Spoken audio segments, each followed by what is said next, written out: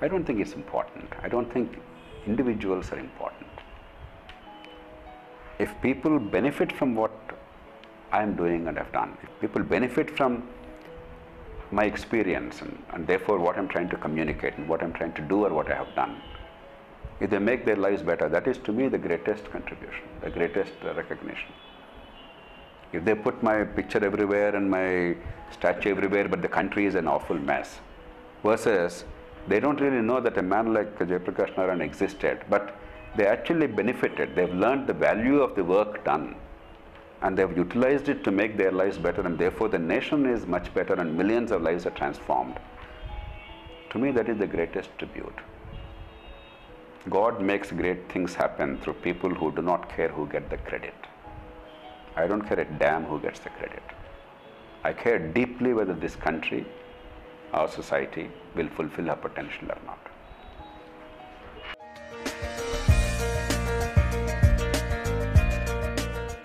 We remember the story of the little boy on the shoulders of his father when the king was parading nakedly, thinking that he was wearing those divine clothes or whatever. The little boy said, but the king is naked. Everybody else thought maybe the king has clothes and we're not able to see because we're fools, or they were scared. The little boy was required to shout. Aam Aadmi Party is that a little boy. But supposing the little boy has met the king immediately because he shouted, then what would happen is what's happening with Aam Aadmi Party. You require people to shout, but it doesn't mean just because you shouted, you acquire the ability to transform things. These are two different things. There are two fundamental flaws in their approach. The first is a nihilism. Destroy everything because everything bad. You're bad, you're bad, you're bad, Congress is bad, BJP is bad, somebody is bad, you're all destroyed, I'm only fair, I'm good for you, you're bad, you're bad. It is nonsensical, it is self-defeating. If things are bad, there is an objective reason why many people have to behave in that manner. Therefore, you must be thoughtful and you must think of how do you reinstitutionalize, how do you change the incentives to reshape the way things are done. Like telephones became accessible and free from corruption not because we shouted from rooftops and said telephones are bad, telephones are bad, telephones are bad, telecom fellows are corrupt. Right? Here they came up with the technology and with competition.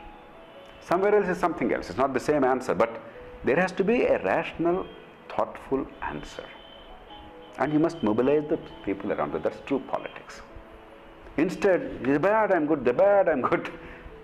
You have become a part of the problem. The second is, accept that you don't take bribes at this point of time because after all we are not yet tested. Only when we have real power can we be tested. Until that time, where is the opportunity to take a bribe anyway? But let's assume that there are many honest people right now. We are all over in government and bureaucracy, in politics. You are also one of those honest guys, I admit. Let's assume, even if it's not proven yet. But that's not enough. If you tell people, I'll give you free water, free power, but I don't improve the systems, what are you saying? Basically, public money is to buy votes, to put me in power.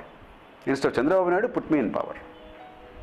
He also says free power, free rice, free something. I will also say free something, something. But instead of him, put me there. In what way are you going to be any different to the country? Public power, public money is about using public resources for the future of the country, for the long-term good, for eradicating poverty, not perpetuating poverty and giving short-term freebies.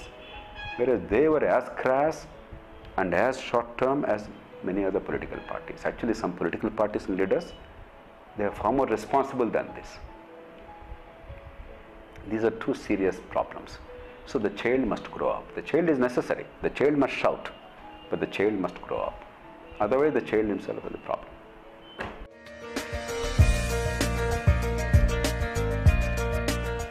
See, it's not an individual. Individuals matter. Leaders matter. There's no question about it.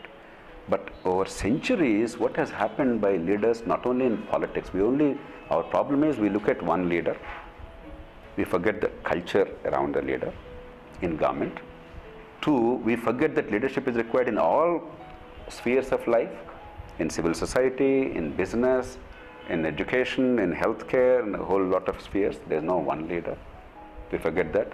Third, we forget that over generations, over centuries, some things have been built in some societies. If Indian democracy is in a bit of a mess today, it's not because Indians are terrible compared to Britishers and Americans. It means that America went through it much earlier, we are going through it today. George Washington, one of the great founding fathers of America, he was elected in 1770s to a state assembly position in the state of Virginia, to the House of Burgess, by distributing liquor. In the same election, James Madison, who was the architect of the American Constitution and was later president, he said, like Lok Satta, I will not distribute liquor, I will not do all the dirty things, and he lost the election roundly. Even though he formed it. So, it took time for them to change it. They changed it. We did not have the chance because our revolution as a democracy is much later. There are some things we did well, some things we did badly. Similarly, in Gujarat, because of centuries and millennia of tradition of trade with the West, with Europe as well as Arab countries, even 2000 years ago, 3000 years ago, 1000 years ago, Gujarat was a trading post. Once you have international commerce, as a part of your culture, your ethos as society, you try and maximize the gains. Better production, lower cost, more marketability, how to interact with people, how to have these transactions, how to make things better, how to make things more efficient. That becomes part of your ethos. Even Chimnabhai Patel's Gujarat was actually much more proactive. He was thoroughly corrupt. Modi, because he was personally non-corrupt and he was consistent, and he was a rare politician who was saying, look, I must do whatever it takes for the country and the state, even if I am unpopular in the short term. Whereas Chimnabhai said, I must do whatever it takes to make money and to win power. Then I will do whatever it takes for Gujarat also. Whereas Modi put this as number one priority. Therefore, he did unpopular things boldly, took a chance. Like the electricity sector, he transformed it, he improved it dramatically. The only state where it's improved without freebies. It's an unpopular way of doing it. That means he was willing to put the good of the state above his own political power. He risked it and the risk was rewarded, but risk could also have failed. Like prime ministership, for instance, he could have easily tried to divide India, caste, region, religion, etc. He could have easily offered freebies like other parties were offering. He did neither. Remember? It's a risky thing. The risk paid off for the time being, but it has not yet paid off. He must now deliver to the country without the freebies. Otherwise, he'll be reviled after 5 years, I can guarantee you.